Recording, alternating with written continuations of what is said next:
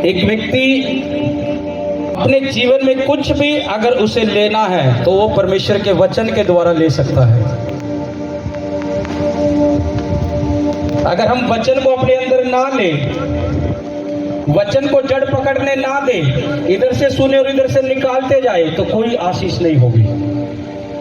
आशीष अगर खुलेगी भी तो वो थोड़े समय के लिए होगी, चली जाएगी। क्योंकि वचन को जब हम जड़ पकड़ने नहीं देंगे अपने अंदर, वचन को पूरा नहीं करेंगे हम अपने जीवन में, तो वो बरकत नहीं ले सकते हम जो खुदा देना चाहता है। यूहन्ना की पुस्तक में क्या बोलता है परमेश्वर? आदि में वचन था और वचन परमेश्वर के साथ था और वचन ही परमेश्वर था। यानी वचन ही परमेश्वर था, है। अगर हमारे जीवन में परमेश्वर के वचन के लिए कोई स्थान नहीं है तो समझ लो परमेश्वर का भी कोई स्थान नहीं है जीवन में, क्योंकि वचन ही परमेश्वर है। और जिसने वचन को प्रेम किया है उसने परमेश्वर से प्रेम किया है। जिसने वचन को पकड़ा है, वचन को थामा है, जिसने वचन पर मन लगाया है, जिसने वचन को पकड़ कर चला है, उसने यीशु मसीह के हाथ को पकड़ कर चलना सीखा है, क्योंकि वचन ही परमेश्वर है।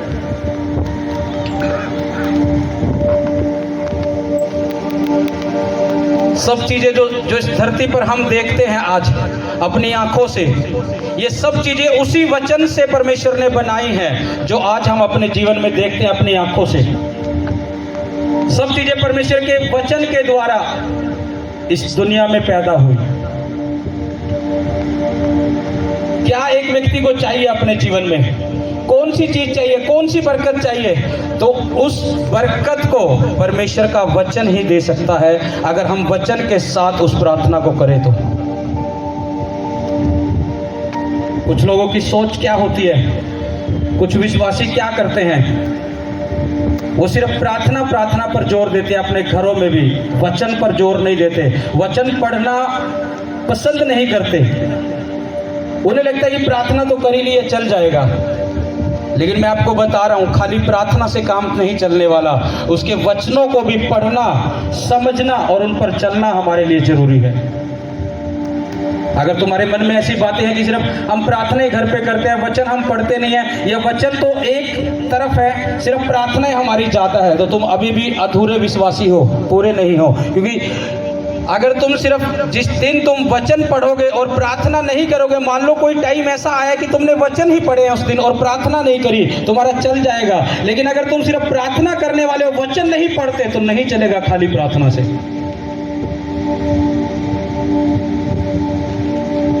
ये दोनों एक साथ एक विश्वासी के जीवन में होंगी, तब वो विश्वासी अपने जीवन में बरकत देखता है, तब वो व्यक्ति अपने जीवन में अपने परमेश्वर के कामों को देखता है।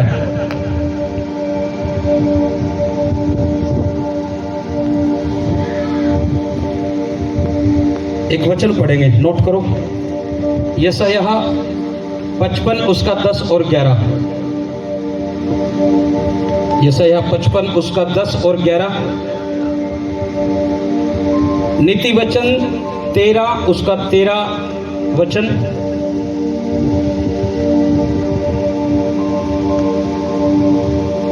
पहला कुरिन्थियों 10 उसका 12 वचन। हम इन वचनों को पढ़ेंगे, यशायाह पढ़ेंगे।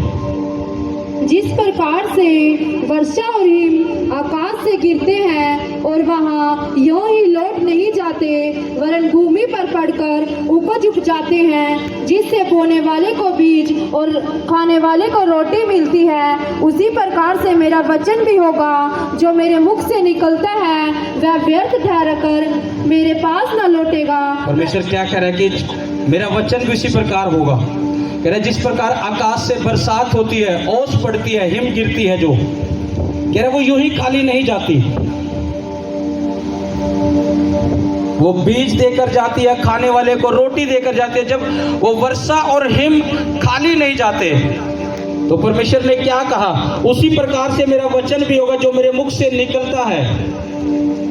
कह रहा वो व्यर्थ लौटकर मेरे पास नहीं आएगा, खाली नहीं जाएगा। अगर जो हम देखें, जो बाइबल, जो परमेश्वर का वचन हमारे पास है, ये उसी खुदा के मुख से निकले हुए वचन है।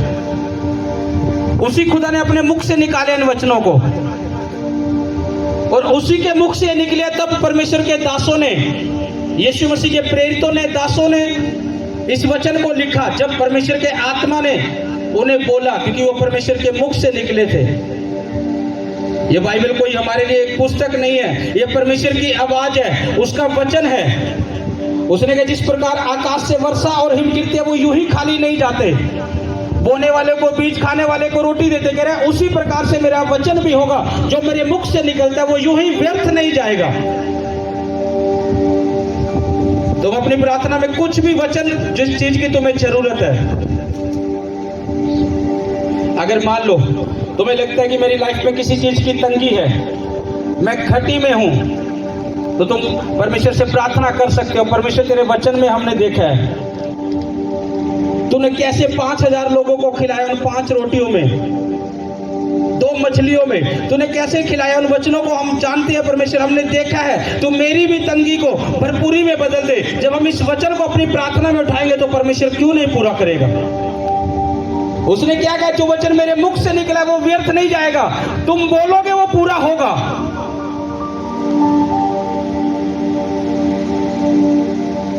तुम बोलोगे वो पूरा होगा, वो रास्ता खोलेगा वो वचन। जैसे तुम्हारी परिस्थितियां चल रही है उसके अकॉर्डिंग जब तुम उस परमेश्वर के वचन को देखोगे, जैसा तुम बोलोगे व्यर्थ नहीं जाएगा। लेकिन ऐसा नहीं होगा कि तुम सोचो आज बोला और कल रिजल्ट देखो, नहीं, उसे बोलते रहना पड़ेगा, विश्वास के साथ बोलते रहना पड़ेगा।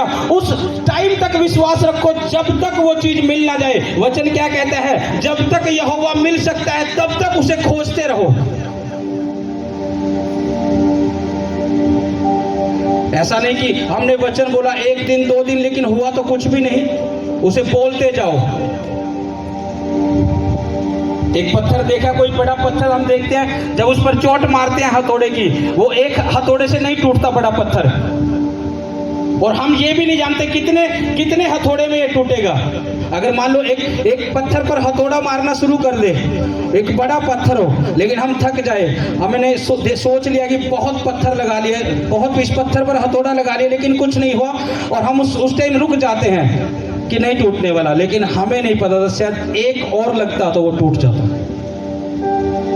और कुछ विश्वासी इसी रीति से प्रार्थना और वचन छोड़ जाते हैं। वो लंबे समय से करते रहते हैं, वचन के साथ प्रार्थना, सब चीजें चलती रहती हैं, लेकिन बीच में जब एकदम से हम प्रार्थना करनी छोड़ दे, उस वचन को अंगीकार करना छोड़ देते हैं, हमें नहीं पता था वो पत्थर जितना हमने हथौड़ा मारा उतना कमजोर तो हो चुका था। और ये चीज एक विश्वासी को समझनी जरूरी है। हो सकता है तुम लंबे समय से प्रार्थना कर रहे हो, तुम्हें लग रहा कुछ उत्तर तो आ नहीं रहा, मैं खुदा तेरे घर में जा रहा हूं, कुछ उत्तर तो आ नहीं रहा। मैं आपको बता रहा हूं तुम्हारा वो पत्थर कमजोर हो चुका है जिससे तुम्हें लग रहा है कि उत्तर नहीं आ रहा। मैं तुम्हें बता रहा हूं, लिख लेना इस बात को, वो पत्थर कमजोर हो चुका है जो तुम्हें अभी भी वैसे ही दिख रहा है कि मेरी लाइफ में खड़ा नहीं, तुम्हारे आने से, प्रार्थना करने से वो कमजोर हो चुका है। बस कोई खड़ी है कि एक पत्थर में हथौड़ा लगेगा और वो चूर चूर हो जाएगा। इसलिए अपने अंदर से उस अविश्वास को निकाल दो कि इतने टाइम से कर रहा है, ये क्यों नहीं प्रॉब्लम जा रही। वो कमजोर हो चुकी है दुष्ट आत्मा तुम्हारे घरों में से, वो कमजोर हो चुकी है दुष्ट आत्मा तुम्हारे शरीरों में से। जितनी चोट उस पर तुम प्रार्थना के द्वारा मार रहे हो, जितनी चोट उस पर तुम अपने परमेश्वर के वचनों को बोलकर मार रहे हो, जितनी चोट तुम उसे खुदा के घर में आकर मार रहे हो, मैं आपको बता रहा हूं वो कमजोर हो चुकी है। लेकिन वो तुम्हें दिखा रही है सिर्फ ऐसा, मुझे कुछ नहीं हुआ, लेकिन उसे पता है कि बस कुछ ही रह गया है हिस्सा, लगेगा और मुझे नाश होना पड़ेगा इसके जीवन से। जब मैं सेवा में नया नया आया, जब सेवकाई नई नई थी, खुदा का एक ऐसा मसा था परमेश्वर का मुझ पर, ये खुदा के अनुग्रह से था। मैं जैसे प्रार्थना करता था दुष्ट आत्माएं उखड़ती थी और मुझे खुद समझ नहीं आता था उस समय, क्योंकि मैं आत्मा में इतना नहीं था। मेरी सेवकाई की शुरुआत थी जैसे एक बच्चा चलना सीखता, मुझे कुछ नहीं पता था, लेकिन मैं परमेश्वर से कहता था परमेश्वर ये क्या है। अगर किसी के सिर पर भी हाथ रख रहे हैं, चाहे वो बंदा सालों से विश्वास में, अगर दुष्ट आत्मा नहीं उखड़ रही, जैसे उसके लिए प्रार्थना कर रहा वो खेलने लग जाता। मैं कहता परमेश्वर ये हो क्या रहा है। उस समय समझ नहीं थी, लेकिन एक दिन परमेश्वर ने बोला मैं तेरी तैयारी करा रहा हूं, इसलिए ऐसे केस तेरे पास मैं लेकर आ रहा हूं ताकि तू सीखे और फिर आगे उसी के साथ चल सके। और मैं खुदा का थैंक्स करता हूं कि अब जब मैं प्रेयर करता हूं, अगर कोई दुष्ट आत्मा किसी व्यक्ति में, तो मुझे पता लगता है कि इसके लिए करना क्या है, क्या नहीं करना, इसको कौन सी चोट मारनी है, कौन सी नहीं। इसको अभी चोट मारनी है, इसको छोड़ देना है। ये खुदा ने सिखाया है। जैसे जैसे हम प्रभु में बढ़ते जाते हैं, जैसे जैसे हम उसके वचनों की समझ में बढ़ते जाते हैं, जैसे जैसे हम उसके नजदीक जाते हैं, जैसे जैसे उससे हम प्रेम करते लगते हैं, वैसे वैसे परमेश्वर हमें अपने भेदों को और जाहिर करता है हमारे ऊपर। अभी तुम्हें दिख रहा है कि वो दुष्ट आत्मा मेरी वैसे के वैसे खड़ी है, वो प्रॉब्लम तो मेरी ऐसे खड़ी है।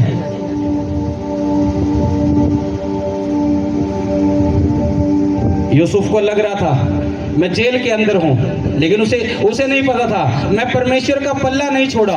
मैंने परमेश्वर का दामन उस जेल में भी थाम के रखा हुआ है, लेकिन उसने छोड़ा नहीं। उसके लिए भी यह था कि शायद जेल लंबी चलेगी, लेकिन उसे यह नहीं पता था कि वो शैतान कमजोर हो रहा है, क्योंकि मैंने यहोवा का पल्ला पकड़ रखा है। शैतान कमजोर हो रहा है, और जैसे ही कमजोर हुआ, यूसुफ को भी नहीं पता था अगली सुबह मैं प्रधानमंत्री बन जाऊंगा।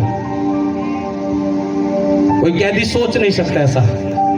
लेकिन वो दुष्ट आत्मा कमजोर हो रही थी यूसुफ की लाइफ से, उसे छोड़कर जा रही थी। जो शर्मिंदगी में डाल रखा था, जो कैद में डाल रखा था, यूसुफ को वो छोड़कर जा रही थी। क्यों छोड़कर जा रही थी? क्योंकि यूसुफ ने यहोवा का पल्ला पकड़ के रखा, और एक पत्थर ऐसा लगा एक रात को, और सुबह खबर आई, चल यूसुफ बाहर, फिरौन ने तुझे बुलाया है, तो मिस्र का प्रधानमंत्री होगा।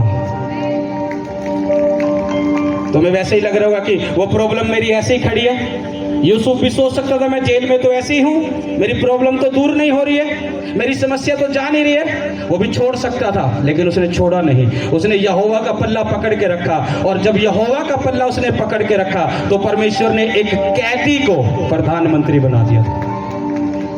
एक सोचने वाली बात है, ऐसा सुनने में नहीं आता कि एक कैदी प्रधानमंत्री बन गया, आज ही जेल से निकला और प्रधानमंत्री बन गया। ऐसा कैसे?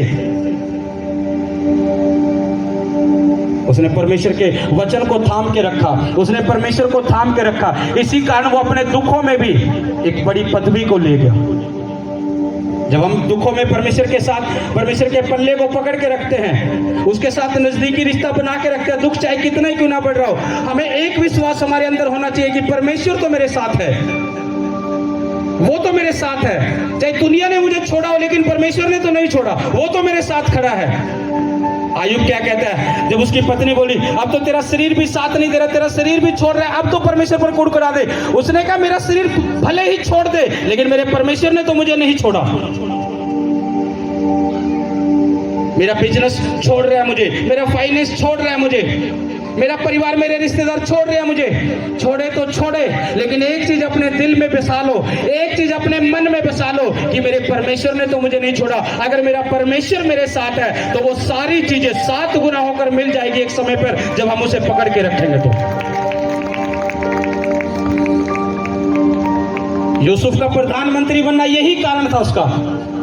उसने पकड़ के रखा अपने दुख में भी, जेल में भी, कैसे ही हालातों से क्यों ना चला हो, उसने परमेश्वर के पल्ले को नहीं छोड़ा।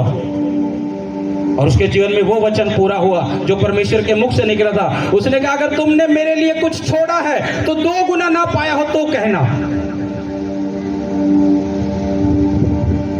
तुम अपने घरों से छोड़कर दूर दूर से आज खुदा की बंदगी में आए हो, तुम अपने काम काजों को छोड़कर आज खुदा की बंदगी में आए हो। किसके लिए? परमेश्वर की महिमा के लिए।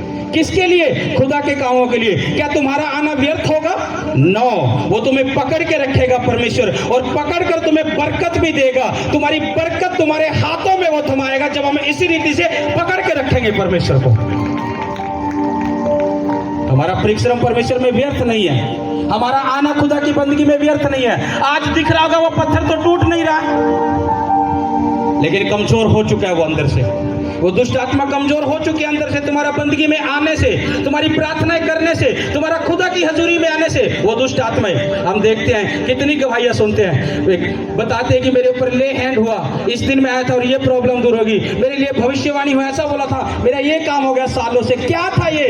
तुम चलते जा रहे थे, चलते जा रहे थे, वो 1 सेकंड की प्रार्थना, वो टच, वो एक वर्ड, वो सालों से जो नहीं हुआ हो गया। क्यों? क्योंकि वो दुष्ट आत्मा चूर हो चुकी थी। उसी वर्ड के द्वारा, उसी पत्थर को परमेश्वर ने तोड़ दिया था। इसलिए कभी ना सोचो कि मेरी लाइफ में अब तक क्यों नहीं ऐसा हो रहा। चलते जाओ उसमें, पढ़ते जाओ उसमें, अपने पड़ोसी को बोलो कि तूने वो मार्ग चुन रखा है जो आशीषों से भरा हुआ है। ऊंची आवाज से बोलो अपने पड़ोसी को कि तू उस मार्ग पर चल रहा है जो आशीषों से भरा हुआ है। तुझे आज भले ही खाली दिख रहा हो कि कुछ नहीं है इस मार्ग पे चलने में, कुछ नहीं मिल रहा इस मार्ग में चलने में, लेकिन यीशु का मार्ग है जिसमें तू चल रहा है, तो जीवन भी तेरा है। आमीन। जब मैं सेवा में था, जब प्रभु ने मुझे सेवा देनी थी, सेवा देने से कुछ महीने पहले मुझे एक स्वप्न दिखाया परमेश्वर ने। मुझे 2 रास्ते दिखाई दिए, 2 रास्ते, 2 मार्ग थे जो मैं सपने में देख रहा था। 2 मार्ग थे, एक इधर जा रहा था, एक इधर जा रहा था। एक इधर वाला मार्ग जो मैंने देखा वो बिल्कुल साफ था, बिल्कुल साफ सड़क, बिल्कुल क्लीन, बिल्कुल। और इधर वाला जो मार्ग देख रहा हूँ वो पानी से जो एक बरसात में कीचड़ हो जाता है, पानी भर जाता है कच्ची मिट्टी से, ऐसा रास्ता था।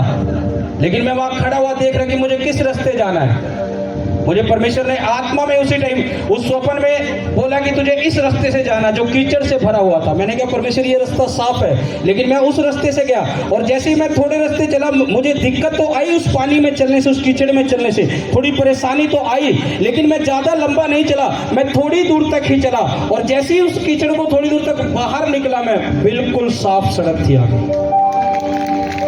और जब मैं सेवा में आया, थोड़े समय मुझे लगा कि कैसे होगा, दुख देखे, थोड़े समय परेशानी देखी, लेकिन जब वो पार हो गया दुख, सब रास्ते साफ हो गए। फिर ये परमेश्वर है। देखने में लग रहा था कि कीचड़ से भरा नहीं, साफ वाले रास्ते चल रहा, हो सकता है वो थोड़ी दूर साफ होता, आगे सारा। लेकिन आत्मा ने मुझे क्या बोला, तुझे इस रास्ते चलना है। सकरा है वो मार्ग, सकरा है वो मार्ग जो जीवन को पहुंचाता है। तंगी है उस मार्ग में जो जीवन की ओर जा रहे हो। तुम जिस मार्ग में चल रहे हो सकता है तंगी में चल रहे हो, दुखों में चल रहे हो, लेकिन जीवन उसी मार्ग में है, जीवन उसी मार्ग में है। उसको छोड़ना मत, उस मार्ग से भटकना मत, जीवन उसी में है, तुम जीवन उसी मार्ग पे चलकर पाओगे।